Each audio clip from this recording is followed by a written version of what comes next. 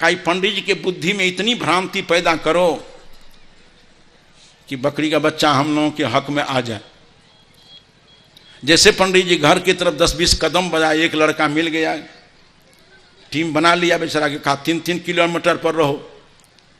पहला लड़का मिला, कहा प्रणाम पंडित जी, इसलिए इतनी कड़ाके की ठंड होती है, प्रकृति विमुख हो गई है, ब्राह्मण होकर के सुअर का बच्चा कन्हा पर लिए हुए हो। पंडित जी कहा बेवकूफ हो तुम। संदेह उनको नहीं हुआ।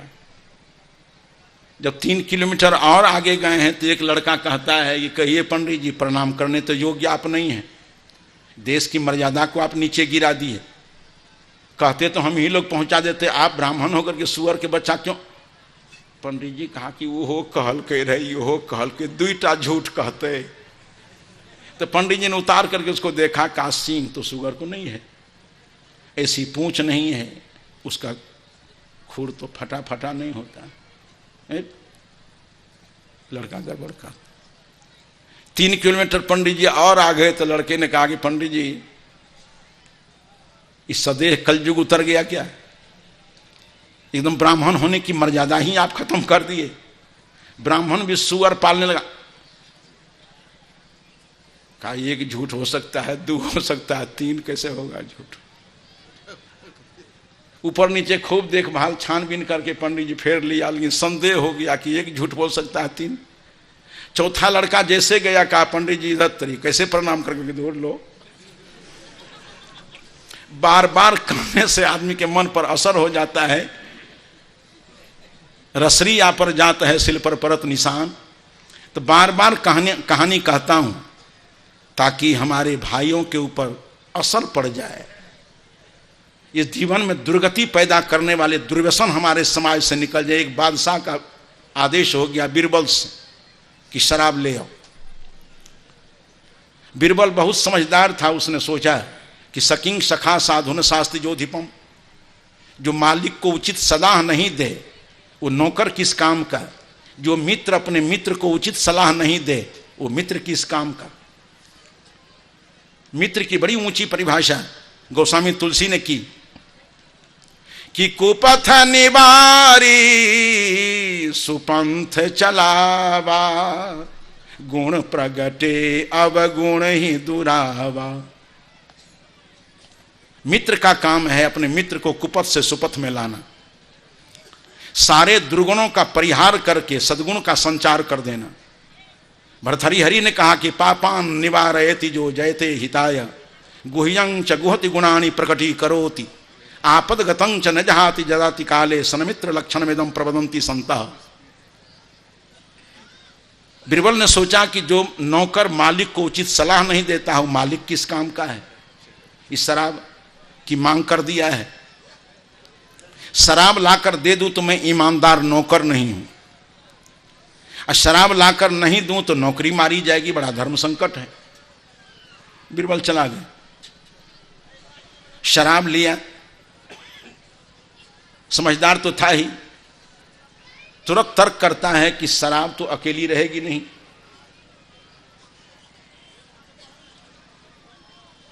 तारियो लेगा कुछ चखना रहे छे न हो, अकेले नहीं रहे छे, बड़ा सहयोगी छे ओकर बहुत।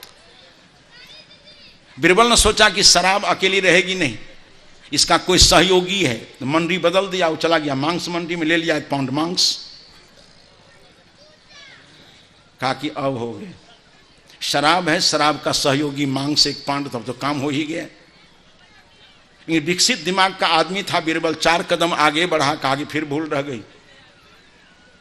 बादशाह पिएगा शराब, खाएगा मांस, तो जैसा खाओ अन्न वैसा बनेगा मन। इसके अंदर आसुरी वृत्ति उभरेगी, कामुकता का उभार होगा, सेक्स का उभार होगा, तब तो हाथ पैर पटकेगा, तब हमको फिर विवश हो जाएगा शहर में आने के लिए। तो अच्छा हो कि एक अप्सरा को भी ले लेते हैं, जिसको आज की भाषा में वेश्या कहते हैं। वो मंडी बदल दिया बेचारा, वेश्या मंडी में चला गया, और एक वेश्या को भी साथ ले लिया। अब कहा कि मामला पूरा हो गया, शराब है, मांस है, दोनों से उपद्रव खड़ा होगा, उसके परिशमन के लिए वेश्या है। अब शराब मांस वेश्या को लेकर चला, कहा कि फिर गलती रह गई। पिएगा शराब, खाएगा मांस, उभरेगी उत्तेजना, करेगा वेश्यावृत्ति, तो यौन विकृति से ही कनपट्टी पर एड्स उतरता है। इसको पकड़ेगा रोग तो हमको फिर आना पड़ेगा। तो अच्छा हो कि एक फिजिशियन को भी साथ में ले ही लेते हैं। वो चला गया बेचारा डॉक्टरों के मोहल्ले में, एक बढ़िया फिजिशियन लिया।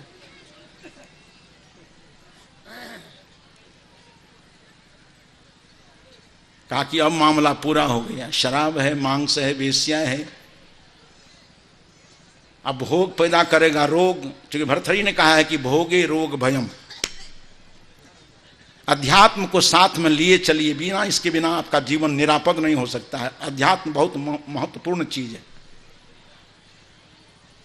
उसने कहा पकड़ेगा इसको रोग तो डॉक्टर ले लें, तो एक फिजिशियन को भी साथ ले लिया। कहा कि अब अध्याय पूरा हो गया, शराब है, मांस है, वेश्या है, रोग लगेगा। फिजिशियन 4 कदम आगे बढ़ा, कहा फिर भूल रह गए। डॉक्टर जाएगा, इलाज तो करेगा, तो लिखेगा दवा। इस पापी को 1-2 काम दवा से काम चलेगा नहीं, तो क्या अच्छा हो कि एक मेडिकल हॉल को भी साथे ले लेते हैं। एक मेडिकल हॉल के पास गया, कहा कि सब कुछ लो ले, इंसुलिन पेंसिलिन जितना लेना है, क्योंकि एक रोग का शिकार नहीं होगा, भोग अनेक रोग को जन्म देता है। फिजिशियन को भी ले लिया, वो मेडिकल हॉल को भी ले लिया। कहा कि अब अध्याय पूरा हो गया, शराब है, मांस है, वेश्या है, रोग लगेगा, डॉक्टर है, दवा लिखेगा, मेडिकल हॉल है। जब कुछ दूर आगे बढ़ा है, कहा कि फिर भूल रह गई। कहा कोई जरूरी नहीं है कि चिकित्सा सफल हो जाए, और चिकित्सा सफल नहीं होगी तो हमको फिर आना होगा, तो अच्छा होगी कफन भी ले ही लेते हैं। मंडी बदल दिया बेचारा, वो चला गया कपड़े की मंडी में, ले लिया कफन। अब कहा कि अध्याय पूरा हो गया, शराब है, मांस है, वेश्या है, फिजिशियन है, मेडिकल हॉल है, कफनो हो गया। जब दरबार के निकट गया, कहा कि फिर भूल रह गई। कफन तो ले लिए हम लोग, डोरी तोरी कस देंगे, 4 कंधा कहां से लाएंगे? राम नाम सत कहने वाली एक जमात तो चाहिए। वो गांव में गया, 200 आदमी को आमंत्रित कर दिया। कहा क्या करना है? कहा अर्थी उठानी है। कल के मर गए, कल के मरले नहीं, मरे की तैयारी में। अब 200 आदमी को लेकर के वहां गया हूं।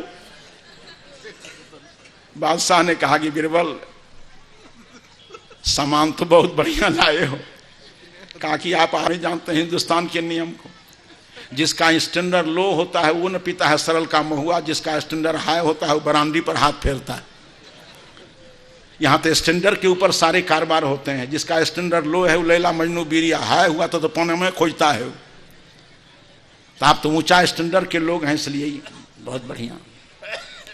कहा बगल में क्या है विभीषण, ये बीरबल?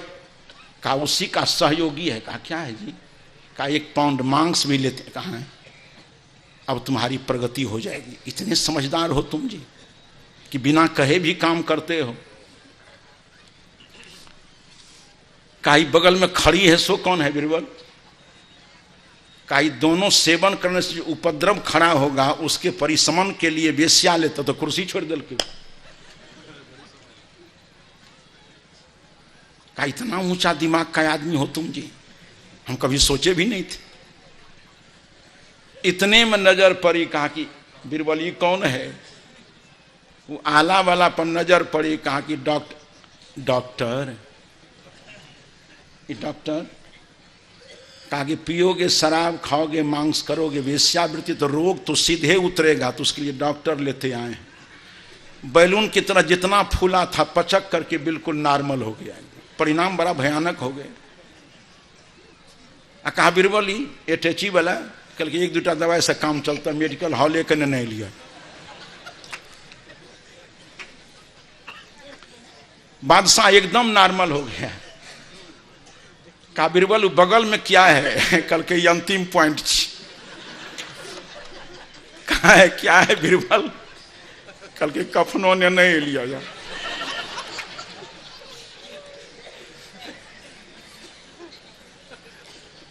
कहा जमात कल के उठेवा हम अकेले।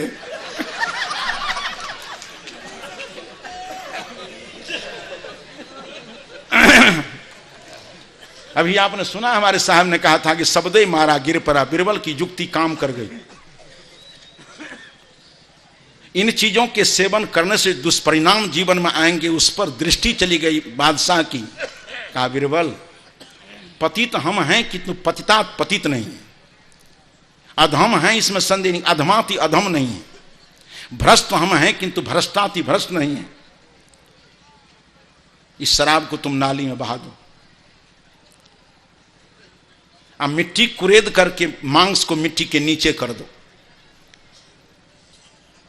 जनमानस में मादकता पैदा करने वाली शराब जब नाली में चली गई, मांस जब मिट्टी के नीचे चला गया,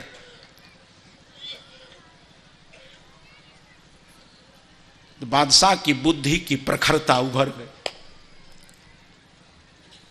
अब उसकी बुद्धि प्रज्ञा में रूपांतरित हो गई।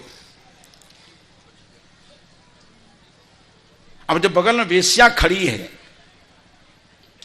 जिस मादकता के दबाव में उसको दूसरी दृष्टि से देखता था, और मादकता पैदा करने वाली शराब नाली में गई, मांस मिट्टी के नीचे गया, बुद्धि प्रखर हो गई, चेतना शुद्ध हो गई। तो वेश्या से बादशाह ने कहा कि बहन भाई समझ करके माफ कर दो। उस वेश्या में उसकी भगिनी बुद्धि का कि तुम मेरी मां हो, बेटा समझ करके माफ कर दो, बहुत गलत ख्याल तुम्हारे प्रति मेरा था। डॉक्टर से कहा कि आज भर की फीस तो ले लो तुम, इन अब दरबार में आना तो एक बंधु की तरह आना, मित्र की तरह आना, डॉक्टर की तरह नहीं आ। चूंकि मैं आज से संयमशील हो गया हूं, और संयम अपने आप में एक चिकित्सा है, संयम अपने आप में एक चिकित्सक। हर आदमी यहां संयमशील जीवन जिए। भगवान कृष्ण ने इसी को योग कहा। गीता पढ़िए, गीता जीवन दर्शन है। युक्ताहार विहारस्य युक्त जो चेष्टस्य कर्मसु युक्त स्वप्नावबोधस्य योगो भवति दुःखः। इस समत्व योग, इस संयत योग सारे दुखों का हनन करने वाला होता है। भगवान कृष्ण ने कहा है कि युक्ताहार, जिसका आहार संयत, विहार संयत है, सोचना संयत है, बोलना संयत है, जागना संयत है, काम करना, सारी मानसिक वाचिक क्रियाएं संयम के अंतराल है। इस संयम को ही भगवान कृष्ण ने योग कहा है। का इस सारे दुखों का हनन करने वाला, योगो भवति दुःखः। का हम संयमशील जीवन का संकल्प ले लिए हैं, अब डॉक्टर की जरूरत हमको नहीं पड़ेगी। मैं कह रहा था ये नई पहचान बना करके अपने जीवन में हम खतरा पैदा कर रहे हैं। हमारी पहचान थी, हमारे समाज की पहचान थी, एक ही धर्म एक व्रत नेमा, काय वचन मन पति पद प्रेमा। कैसी पहचान थी हमारी? महाराज श्री राम जंगल के एक छोर में है, महारानी जानकी अशोक वाटिका लंका में है, और हनुमान जा रहा है। तो राम जी ने कहा कि जाओ हनुमत लाल, कह दे रहा हनुमान प्रिय जानकी से कि तत्व प्रेम कर मम अरु तोरा, जानत प्रिया एक मन मोरा, सो मन रहत सदा तो ही पाही, जानो प्रीति रस इतना ही मान। ये मनोविज्ञान, मनोविज्ञान कहता है कि मनुष्य के पास चेतना एक ही है, एकदम सिंगल लाइन है। वो चेतना पर एक समय में एक ही वस्तु रहेगी, दूसरी नहीं हो सकती है। राम जी ने कहा कि सो मन रहत सदा तो ही पाही, जान की वो हमारी चेतना केवल तुम्हारे पास है। इसलिए लंबा काल में भी राम की चेतना पर दूसरी स्त्री ने जगह नहीं ली। इस संयमशीलता की शिक्षा हम रामायण से लें। लंबा काल तक पत्नी से दूर रह करके राम जी का जीवन इतना व्यवस्थित कि दूसरी स्त्री ने राम की चेतना पर जगह नहीं ली। भारत की आदर्श मां जानकी कैसे पीछे रह सकती है? जब ये समाचार मिला तो कहा जाओ हनुमत लाल कह देना राम जी से कि नाम पाहरू दिवस निशि, ध्यान तुम्हार कपाट, निज पद लोचन जंत्रित प्राण जाय के ही बाट। हमारे प्राण तो निकल गए होते। राम जी नाम पाहरू दिवस नीचे, तुम्हारा नाम ही रात दिन का पहरेदार है, तुम्हारा ध्यान ही कपाट है।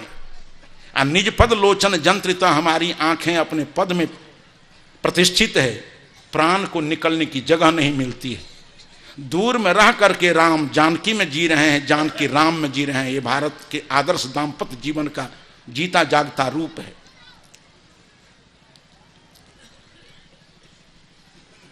लेकिन आज क्या हो गए? मैं दरभंगा से आ रहा था। कौन दशहरा होता है? गंगा दशहरा, जे मैं गाछ पेड़ पूजे छे हो सब। बट सावित्री कौन बड़ा बड़ा झंझट है। तो उस जंगल में आम का भी पेड़ है, बबूल भी है, सीमर भी है, रंग बिरंग के पेड़ है।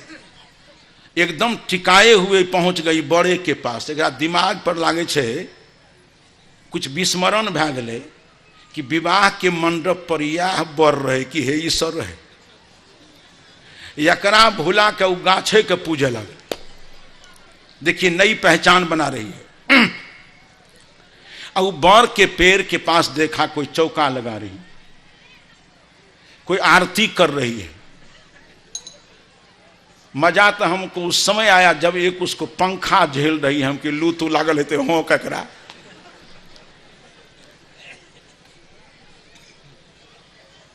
ये पेड़ पूजने लगी है, पेड़। महर्षि मनु ने कहा घर में पति है, और तब पत्नी अगर पीपल पहाड़ पत्थर अर्गद बरगद को पूजती है तो अपना पति का आयु छीन करती है, अपना अकल्याण करती है।